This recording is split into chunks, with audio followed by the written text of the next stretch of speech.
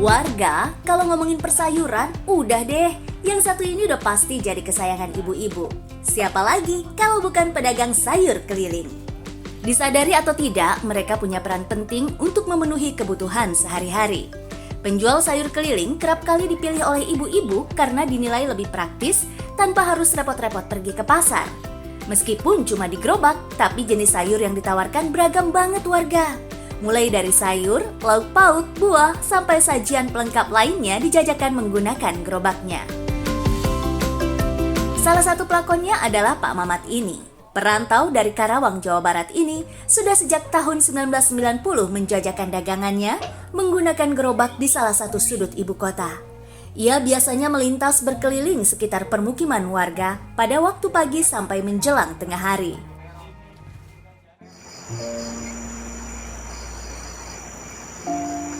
Bapak berusia 50 tahun ini memulai harinya saat kebanyakan orang sedang dibuai mimpi.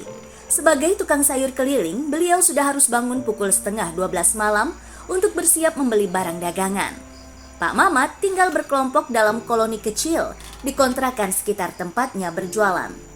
Tepatnya di Jalan Kampung Melayu Kecil, Bukit Duri, Tebet, Jakarta Selatan.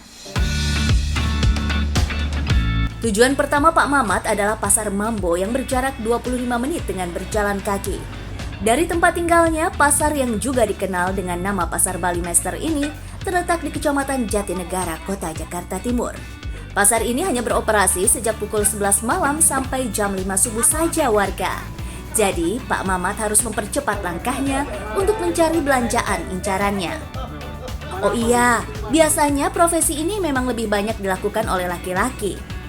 Bukan tanpa sebab, jam kerjanya yang dimulai dari dini hari membuat para tukang sayur harus kuat begadang dan memiliki fisik yang prima. Bapak 3 orang anak ini juga punya strategi agar usaha kecil-kecilannya ini nggak malah bikin rugi. Ia harus selalu memantau naik turunnya harga pasar dan hanya membeli barang apa saja yang murah di pasar tujuannya. Biasanya nih warga, di pasar ini Pak Mamat membeli ayam potong. Tak harus memilih dengan jeli, Pak Mamat memilih kios ini karena ayamnya masih segar dan baru dipotong di tempat. Selain sayuran, belanjaan wajib Pak Mamat adalah tahu dan tempe warga. Kalau ini sih favoritnya warga semua juga ya kan?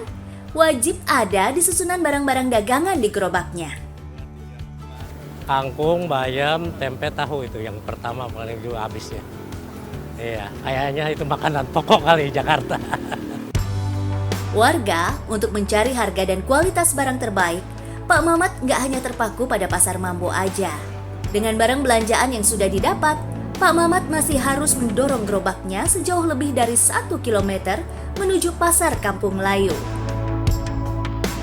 Karena kalau di Pasar Mambo, buah-buahan agak mahal, cabai gitu agak mahal. Sayuran di Pasar Mambo itu memang agak murah-murah gitu. Ya perbedaannya sekitar 2-3 ribu buah-buahan 1 kilonya.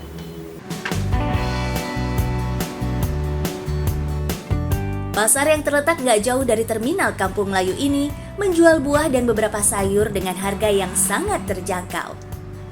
Warga, data dari salah satu penelitian menyebutkan bahwa setiap harinya masyarakat Indonesia rajin mengonsumsi berbagai produk segar seperti sayuran, buah, daging, dan ikan. Sampai hari ini, hampir seluruh produk segar ini dijual dan didistribusikan dengan mengandalkan pedagang keliling yang lebih dikenal dengan sebutan tukang sayur warga.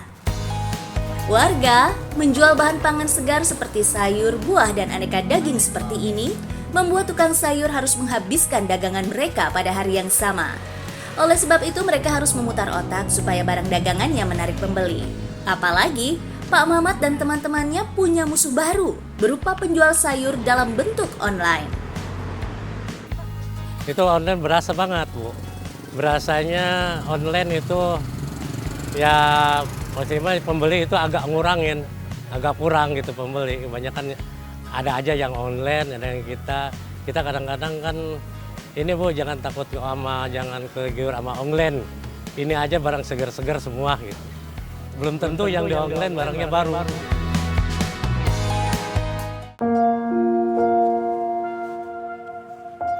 Sejak munculnya platform online yang memudahkan pembeli berbelanja buah dan sayuran segar langsung dari petani lokal, penjualan Pak Mamat selalu menurun warga.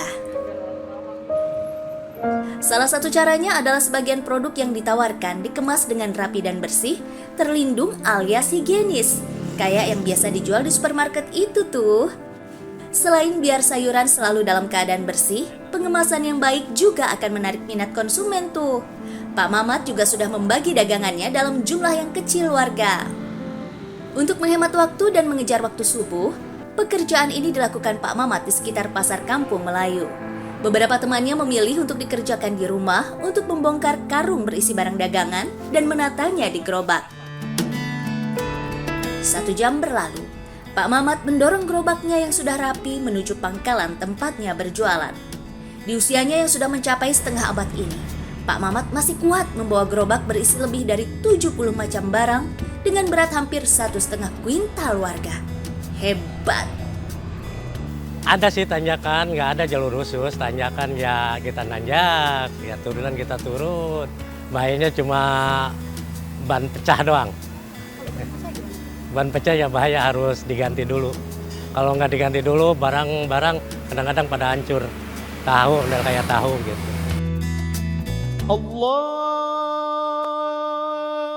Akbar, Allahu Akbar. Tepat saat azan berkumandang, Pak Mamat sudah sampai di musola Al-Qoimun yang berjarak 100 meter dari lapaknya berdagang. Sudah 30 tahun Pak Mamat sangat menikmati pekerjaan ini. Bukan karena nggak harus berpanas-panasan dengan matahari ya warga, tapi beliau jadi bisa melaksanakan sholat paling berat menurut Rasulullah Shallallahu Alaihi Wasallam, yaitu sholat subuh tanpa terputus.